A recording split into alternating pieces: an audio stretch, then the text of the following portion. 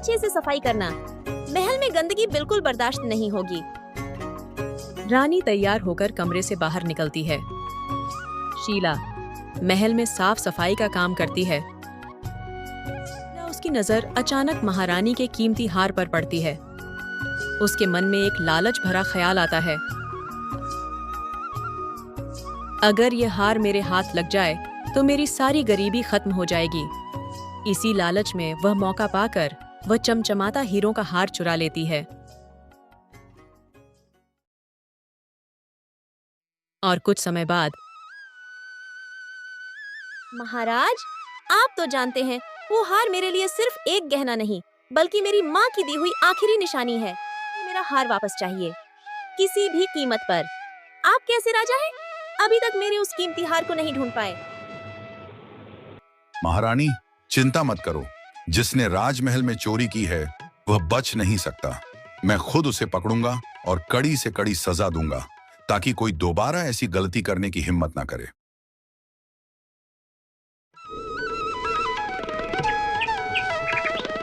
इसे गांव में बिरजू अपने माता पिता और पत्नी के साथ रहता था। कुछ ही दिन पहले उसकी शादी हुई थी। उसके पिता रामलाल पंडित पहली बार अपनी बहू के गांव किशनपुर जाने के लिए निकले थे। यह सफर उनके लिए खास था क्योंकि वे अपनी बहू के मायके को पहली बार जा रहे हैं। ये लीजिए, मैंने सारा जरूरी सामान रख दिया है जो आपको रास्ते में काम आएगा। रास्ता लंबा है, इसलिए ध्यान से जाना। और हाँ, आप पहली बार अपने बेटे की ससुराल जा रहे हैं तो अच्छे से तैयार होकर जाइए ताकि वहाँ आपकी खूब इज्जत हो और सबको लगे कि हमारे घर से सम्मान में कोई कमी नहीं होती। आपकी शान देखकर सब खुश होंगे। अरे भाग्यवान, इतनी चिंता क्यों करती हो? मैं कोई छोटा बच्चा नहीं हूँ, सब जानता हूँ, सब समझता हूँ। तुम निश्चिंत रहो, मैं अच्छे से जाऊंगा और अच्छे से ही लौटूंगा। रामलाल पंडित देखने में सीधा साधा मगर लालची और दिमाग से बेहद चालाक था। जाइए और संभल कर जाना। ये आपके बेटे का ससुराल है, वहाँ कोई ऐसी गलती मत करना जिससे हमारी इज्जत पर आंच आए। अपनी और अपने परिवार की प्रतिष्ठा को ऊंचा करके आना ताकि लोग गर्व से कहें, बेटी अच्छे घर में गई है। अच्छा, अब मैं चलता हूँ। तुम जानती हो ना, मुझे शाम होने से पहले ही वहां पहुंचना है। अगर अंधेरा हो गया तो मेरी आंखों के आगे कुछ भी साफ नहीं दिखेगा। फिर तो मैं बिल्कुल अंधे इंसान जैसा हो जाऊंगा। एक कदम भी बढ़ाना मुश्किल हो जाएगा। रामलाल सारी तैयारी के साथ सुबह सुबह ही निकल पड़ा। उसे हर हाल में शाम होने से पहले पहुंचना था क्योंकि एक बीमारी के कारण सूरज ढलते ही उसकी आंखों के आगे अंधेरा छा जाता था। जैसे ही रात बढ़ती, वह बिल्कुल कुछ भी देखने में असमर्थ हो जाता, मानो उसकी आंखों की रोशनी ही चली गई हो। रामलाल रास्ते में जा रहा है, तभी उसका दोस्त गोविंद मिलता है। तब गोविंद कहता है, अरे कहाँ जा रहे हो रामलाल पंडित? इतना सज सब्र कर। मैं पहली बार अपने बेटे की ससुराल किशनपुर जा रहा हूँ। वहां से बुलावा आया है तो सोचा क्यों ना इस मौके पर हो ही आऊं। जाओ जाओ, समधी हो ना। लेकिन सुनो, जब मैं पहली बार अपने बेटे की ससुराल गया था तो ऐसा दिमाग लगाया कि बस वहां का प्रधान और पूरे गांव वाले आज तक मुझे नहीं भूल पाए। आज भी सब मेरी इज्जत करते हैं जैसे मैं कोई राजा हूं। अब गोविंद अपने खेत में चला जाता है और रामलाल रास्ते पर आगे बढ़ जाता है।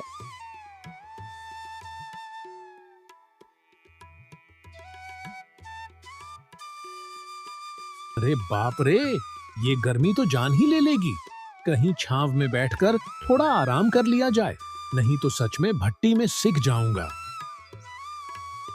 रामलाल इस जानलेवा गर्मी से बेहाल हो चुका था। सूरज आग उगल रहा था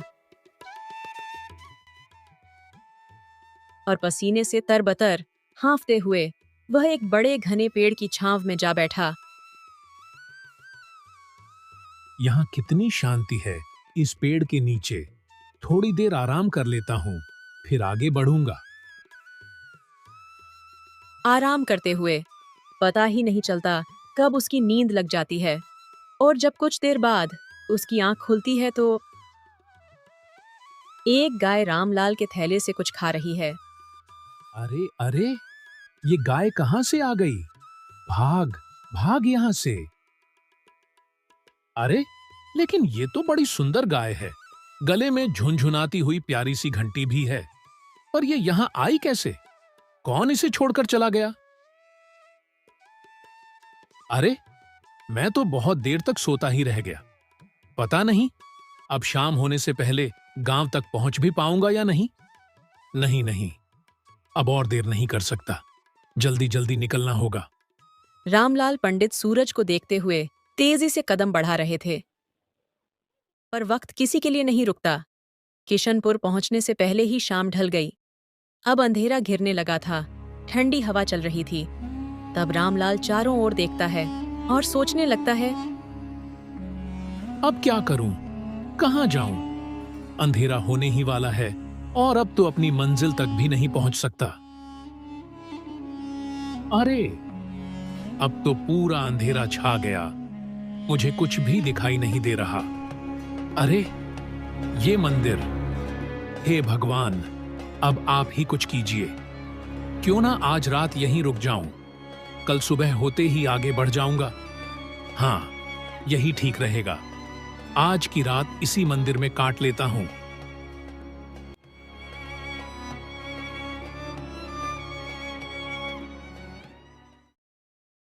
रामलाल अपना बिस्तर निकालता है और मंदिर में ही रुक जाता है।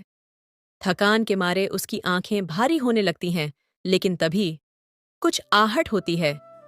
कुछ देर बाद दो आदमी मंदिर में दाखिल होते हैं। रामलाल उनकी परछाइयों को देखता है और चौंक जाता है। ये कौन हो सकते हैं? यहाँ क्या कर रहे हैं? अरे, ये तो मेरे समधी जी हैं। बिरजू के ससुर काशीराम और उनका एक मित्र गोविंद वहां पहुंच जाते हैं। अगर उन्होंने मुझे देख लिया तो फिर तो सब कुछ बताना पड़ेगा और सबको पता चल जाएगा कि मुझे रात में कुछ भी दिखाई नहीं देता।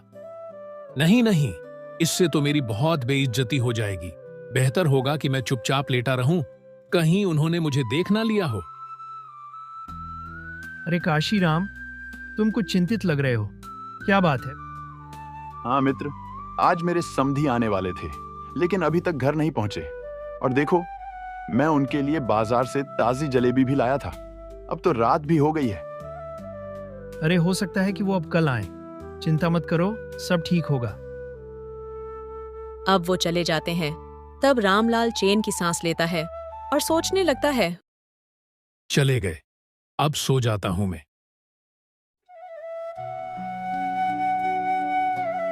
उधर राजमहल में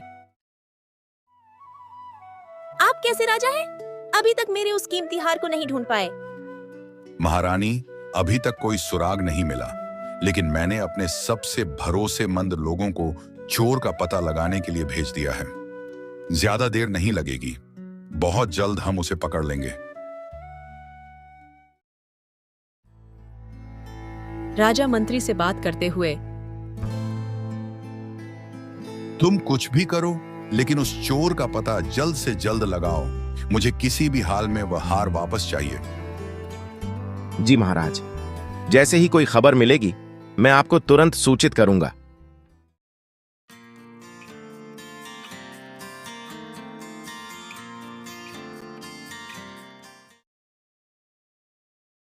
और सुनाओ समधी जी, यहां आने में रास्ते में कोई दिक्कत तो नहीं हुई? अरे, बिल्कुल भी नहीं। सफर तो बहुत ही अच्छा रहा, बड़ा आनंद आया।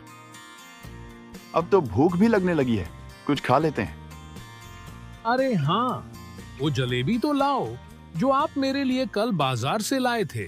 चलिए, वहीं खाते हैं ना। अरे हाँ, लेकिन एक बात बताओ, तुम्हें ये कैसे पता चला कि मैं रात को जलेबी लाया था? ये तो सिर्फ मेरा मित्र गोविंद और मेरी पत्नी ही जानते हैं। अरे समधी जी, बात ये है कि हम ठहरे मंदिर के पुजारी। अब भला हमें कैसे नहीं पता होगा कि कहाँ क्या हो रहा है? अरे वाह, तो आप तो बड़े ज्ञानी लगते हैं समधी जी। अपनी तारीफ सुनकर रामलाल मन ही मन बहुत प्रसन्न हो रहा था। उसके चेहरे पर हल्की मुस्कान थी। भीतर ही भीतर वह अपनी चतुराई पर गर्व महसूस कर रहा था। तभी वहीं पर काशीराम का मित्र गोविंद वहां पर आ जाता है। तब काशीराम उससे पूछता है, क्या बात है गोविंद, तुम बहुत चिंतित लग रहे हो। बताऊं काशीराम, कल से मेरी गाय और बछड़ा कहीं मिल नहीं रहे। अगर वो जंगल में चले गए तो कहीं कोई जंगली जानवर उनका शिकार करके मार ना दे। अब मैं कहाँ जाऊं, कहाँ खोजूं उन्हें। अरे तुम चिंता मत करो, मेरे समधी जी है ना, ये जरूर बता देंगे कि तुम्हारी गाय कहाँ है। तब रामलाल सोचता है, कहीं ये उसी गाय की बात तो नहीं कर रहे जो मुझे रास्ते में मिली थी। अच्छा ये बताओ गोविंद, तुम्हारी गाय के गले में सुनहरी घंटी है क्या? अरे हाँ हाँ, आपने बिल्कुल सही कहा। आप तो सच में सब जानते हैं। आपकी बड़ी कृपा होगी, बताइए मेरी गाय कहाँ है। नदी के किनारे, वहां जहां एक विशाल पीपल का पेड़ खड़ा है। जाओ, तुम्हारी गाय वहीं मिलेगी। अरे वाह पंडित जी, आप तो सच में सब जानते हैं। आप तो बहुत ज्ञानी हैं। आपकी कृपा से मेरी चिंता दूर हो गई। ये लीजिए आपकी दक्षिणा। अब रामलाल बहुत खुश हो रहा था। गांव में उसकी इज्जत बढ़ गई थी। लोग उसे ज्ञानी समझने लगे थे और साथ ही उसे दक्षिणा के रूप में धन भी मिलने लगा था।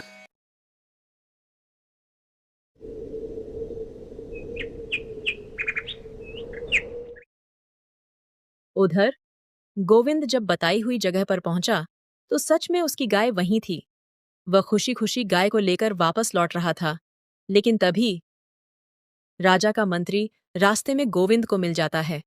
मंत्री की नजर गोविंद और उसकी गाय पर पड़ती है। वह गोविंद से कहता है, अरे गोविंद, ये गाय कहाँ से ला रहे हो? प्रणाम मंत्री जी, मेरी गाय कल गुम गई थी। तब गोविंद ने मंत्री को पूरी बात विस्तार से बताई। उसकी गाय खो गई थी और कैसे रामलाल ने बिल्कुल सही जगह बता दी जहां उसकी गाय मिल गई। तब मंत्री गहरी सोच में पड़ जाता है। बिना देखे ही इतनी सटीक जानकारी, ये कोई साधारण बात नहीं है। मंत्री की आंखों में अचानक एक चमक आ गई, जैसे उसे किसी गहरे राज का अंदाजा हो गया हो। बिना समय गंवाए वह तेजी से राजमहल की ओर बढ़ गया। क्या तुम्हें अब तक उस चोर का कोई सुराग नहीं मिला? निकम्मे हो तुम सब। अगर जल्द ही कोई खबर नहीं मिली तो सजा के लिए तैयार रहो।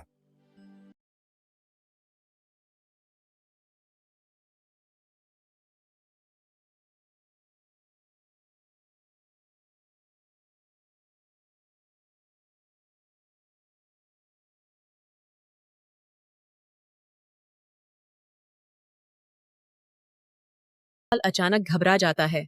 उसके माथे पर पसीना आ जाता है। वह हड़बड़ाकर जवाब देता है, अरे महाराज, मैं भला कैसे बता सकता हूं कि चोर कौन है? मैं कोई जादूगर तो नहीं। क्या तुम क्यों नहीं बता सकते पंडित जी? जब तुमने गोविंद की खोई हुई गाय का पता बता दिया तो अब ये क्यों नहीं बता सकते? रामलाल को काशीराम की बात याद आती है। कहीं ऐसा ना हो कि मैं बताने से मना कर दूं तो राजा मुझे कोई कठोर सजा दे दे। बताओ पंडित, कहाँ है मेरा हार? किसने चुराया है? महाराज, ये हार बहुत कीमती है और चोरी का मामला बहुत गंभीर है। इसलिए मुझे थोड़ा सा समय चाहिए ताकि मैं सही जवाब दे सकूं।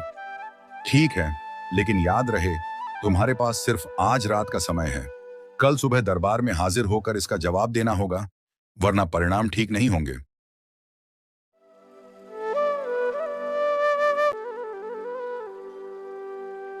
लेकिन रामलाल की धड़कनें तेज हो रही हैं। वह बेचैनी से करवटें बदल रहा है।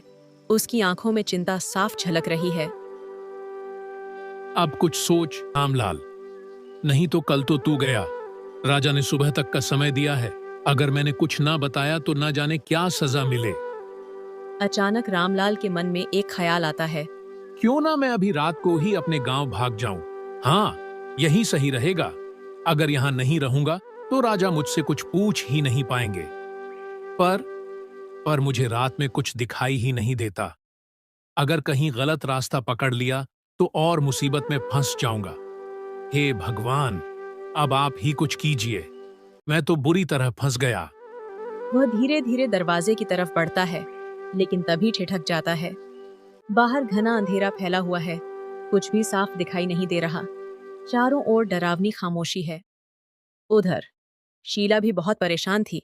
वो यही सोच रही थी। कल पंडित मेरा नाम राजा को बता देगा, फिर राजा मुझे कौन सी सजा देगा, ये तो सोचकर ही डर लग रहा है। शायद सारी उम्र जेल में सड़ना पड़े। नहीं नहीं, मैं ऐसा नहीं होने दूंगी। मुझे कुछ करना होगा, कुछ ऐसा जिससे मेरा राज कभी खुल ही ना सके। उसकी रात अब और भी बेचैन होने वाली थी और आने वाली सुबह उसके भाग्य का फैसला करने वाली थी। तभी दरवाजे पर अचानक कोई औरत आती है। रामलाल घबराते हुए दरवाजा खोलता है। बाहर खड़ी एक औरत को देखकर वह चौंक जाता है। अरे, आप कौन हैं? मैं शीला हूँ, राजमहल में काम करती हूँ। बात यह है कि महारानी का हार मैंने ही चुराया है। मेरे घर में खाने को कुछ भी नहीं था। मैंने लालच में आकर चोरी कर ली, लेकिन अब मैं कभी भी ऐसा नहीं करूंगी। मैं वादा करती हूँ, बस मुझे बचा लीजिए पंडित जी। मेरा नाम राजा को मत बताइए। ये रहा हार, आप इसे राजा को दे दीजिए। शीला की बात सुनते ही रामलाल के चेहरे पर राहत और खुशी के भाव आ जाते हैं। वह मन ही मन भगवान का शुक्रिया अदा करता है। नहीं, ऐसे नहीं। मैं इस हार को राजा को सीधे नहीं दे सकता। यह सही तरीका नहीं होगा। तो फिर क्या करें पंडित जी, आप ही बताइए। देखो, एक काम करो जिससे तुम भी बच जाओगी और राजा को उसका हार भी मिल जाएगा। इस हार को लेकर उस जगह रख दो जो मैं तुम्हें बताने वाला हूँ। शीला घबराई हुई रामलाल की ओर देखती है। तब रामलाल शीला को अपनी योजना बताता है। तो बताओ पंडित, चोर कौन है? मेरा हार किसने चुराया? क्षमा कीजिए महाराज, लेकिन आपको किसी ने गलत सूचना दी है कि आपका हार चोरी हुआ है। अच्छा, तो फिर बताओ मेरा हार कहाँ है? महाराज, आपका हार कहीं गया ही नहीं था। वह तो महारानी के कमरे में ही पड़ा है, उनके पलंग के नीचे। राजा यह सुनकर हैरान हो जाता है और तुरंत ही महल के सेवकों को इशारा करता है।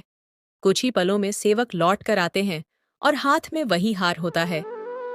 हम बहुत प्रसन्न हुए। ये लो कुछ और सोने के सिक्के, इनाम हमारी तरफ से।